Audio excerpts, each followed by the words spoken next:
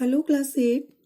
Today I will explain the chapter number 9, The Great Stone Face, part 1 from the Honeydew book. And the writer of this chapter is Nathaniel Hawthorne. So let's start the chapter. Before you read, seen from a distance, कुछ दूरी से देखने पर hill tops and huge rock seem to assume various shapes. जितने भी hill top होते हैं बहुत ज्यादा ऊंचाई पर और बहुत ज्यादा जो ह्यूज रॉक्स यानी कि बड़ी बड़ी रॉक्स होती हैं वो दिखने में हमें अलग अलग एक डिफरेंट टाइप के शेप्स में दिखाई देते हैं. दे मे रिजेंबल एन एनिमल और अ ह्यूमन फिगर. वो हमें कैसे लगते हैं, किस चीज का रिजेंबल लगते हैं, या तो एनिमल्स का या फिर किसी ह्यूमन फिगर का. People attribute stories to the shapes. और जो लोग होते हैं वो उन हिल टॉप और ह्यूमन रॉक्स जो वेरियस शेप्स में दिखाई देते हैं उनसे रिलेटेड कुछ स्टोरीज सुनाते हैं. सम स्टोरीज कम ट्रू, कुछ स्टोरी उनमें से सच होती हैं, अदर्स डोंट, कुछ नहीं होती हैं. The Great Stone Face is one such shape that reminds the inhabitants of the valley of a prophecy. What was it? Did it come true? जो ये चैप्टर है The Great Stone Face, ये उन्हीं सारी स्टोरीज से related है. एक ऐसी प्रोफेसी है, एक ऐसी कहावत है इस चैप्टर के बारे में.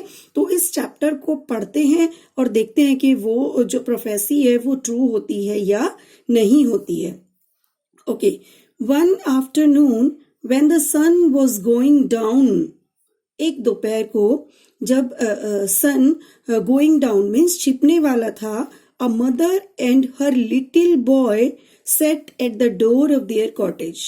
एक मदर और उसका छोटा बच्चा अपने कॉटेज मीन्स अपनी झोपड़ी के, अपने घर के डोर के पास बैठे हुए थे. Talking about the great stone face. और वो किसके बारे में बातें कर रहे थे, वो ग्रेट स्टोन फेस के बारे में बातें कर रहे थे.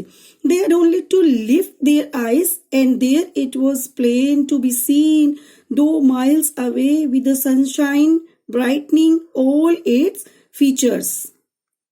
जैसे ही वे अपनी आईज को ऊपर की तरफ उठाते थे तो वहां पर क्या दिखाई देता था, वहां पर एकदम से प्लेन, बहुत ही दूरी पर, कई मील्स की दूरी पर बहुत ज्यादा चमकने वाला, वहां पर मतलब जैसे उसके ऊपर धूप की शाइनिंग पड़ रही थी तो बहुत ही ज्यादा शाइन करने वाला फीचर्स मीन्स आकृति, शेप्स दिखाई दे रही थी. And what was the great stone face. और क्या ये ग्रेट स्टोन फेस था? The Great Stone Face was a work of nature formed on the perpendicular side of a mountain by some immense rocks which had been thrown together so that when viewed at a proper distance they resembled the features of a human face. जो great stone face था वो किसका work था? वो एक nature का work था. Form on the perpendicular side of a mountain. जो माउंटेन के एक साइड में जहां पर मतलब एक बहुत ही ज्यादा शाइन करने वाली साइड थी, वहां पर कुछ ऐसे इमेंस रॉक्स मतलब बड़ी बड़ी चट्टानों से बने हुए थे which had been thrown together so that. और वो क्या थे? वो सब ऐसे थे जैसे कि उनको एक साथ वहां पर क्या किया गया हो, वहां पर जोड़कर रखा गया हो. When viewed at a proper distance, जब हम उन्हें एक प्रॉपर डिस्टेंस से अगर देखते थे तो they resemble the features of a human face.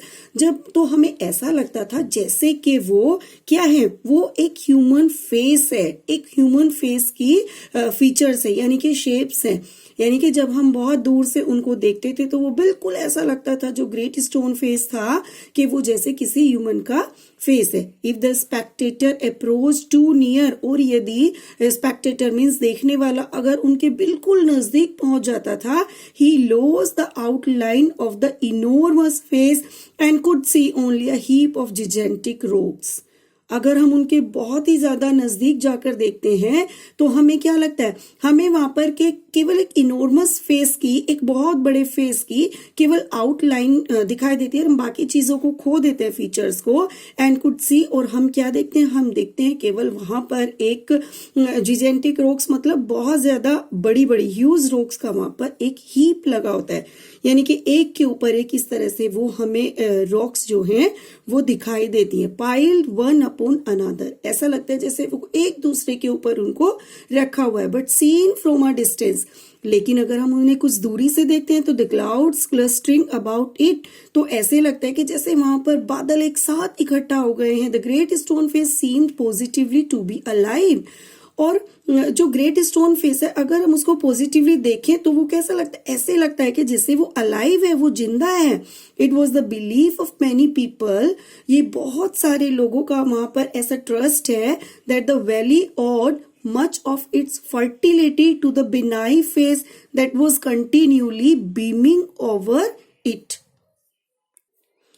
तो कुछ लोग वहां के ऐसा ट्रस्ट करते हैं कि जो ये वैली है ये इस एक तरह से मतलब आप कह सकते हैं कि इसकी जो प्रोडक्टिविटी है वो कहीं बहुत ज्यादा है, और वो वहां से कंटिन्यूली क्या करती है, वहां से स्माइल पास करती रहती है, यानी कि मुस्कुराते हुए वो बहुत ही ज्यादा काइंडली हमको देखते रहते हैं। A mother and a little boy as we said earlier, एक माँ और एक उसका छोटा बेटा, जैसा कि हमने स्टोरी के चैप्टर की स्टार्टिंग में बताया कि वो अपने कॉटेज के डोर पर बैठे हुए हैं, sat at the door of their cottage gazing at the great stone face, वो ग्रेट स्टोन फेस को गेज कर रहे हैं, एक टक देख रहे हैं, टॉकिंग अबाउट इट, और उसी के बारे में बात कर रहे हैं।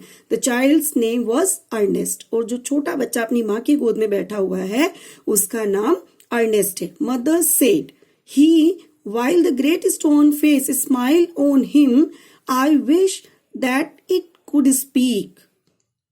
वो कहता है अपनी मदर से कि मदर, जब ग्रेट स्टोन फेस उनकी तरफ स्माइल करता है तो वो ऐसा विश करता है कि वो उनके साथ बातें करेगा।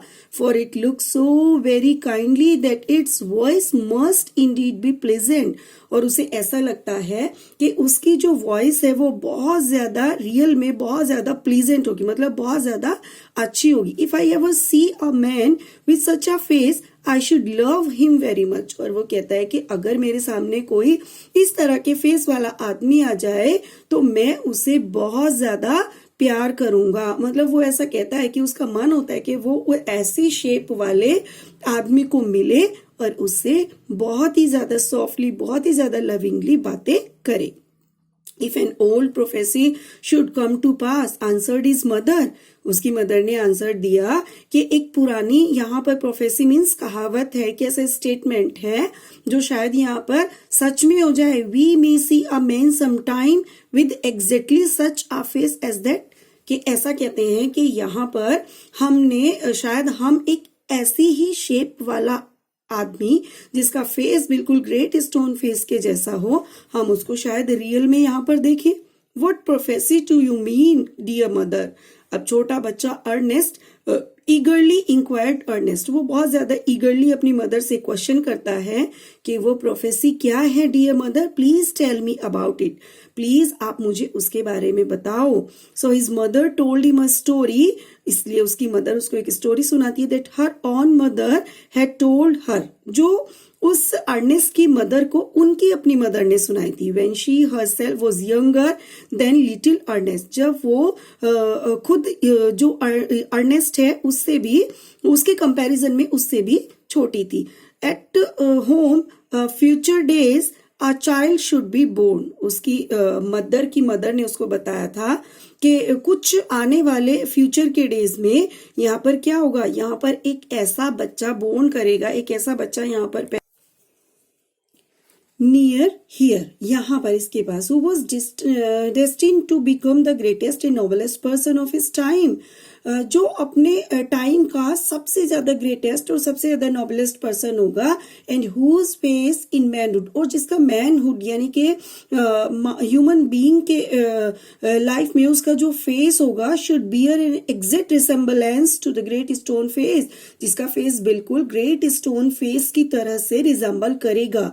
Many still had faith in this old prophecy, यहाँ पर कुछ रहने वाले पुराने लोग तो इस जो ओल्ड प्रोफेसी इसमें बिलीव करते हैं, but others took it to be nothing but idle talk, लेकिन कुछ लोग इसको एक मूर्खता से भरी हुई बातें कहते हैं, इसके अलावा ये कुछ नहीं। At all events a great man of the prophecy had not yet appeared, बहुत ज्यादा लोग ऐसा मानते हैं कि जो ये प्रोफेसी है ये बस ऐसा दिखने में और सुनने में, रियल में ऐसा कुछ नहीं होगा जो ग्रेट मैन वाली प्रोफेसी है। Oh mother cried Ernest, Ernest कहता है oh mother, clapping his hands above his head, और अपने हेड के ऊपर वो क्लैप करता कहता है I do hope that I shall live to see him, वो कहता है कि मैं ऐसी होप करता हूँ कि शायद जब ऐसा हो तो मैं उसे देखूंगा, मतलब मैं वहां पर होऊंगा। His mother was an affectionate and thoughtful woman, उसकी जो मदर थी वो बहुत ही ज्यादा अफेक्शनेट थी और थॉटफुल वुमन थी। It was proper she thought not to discourage the fanciful hopes of a little boy.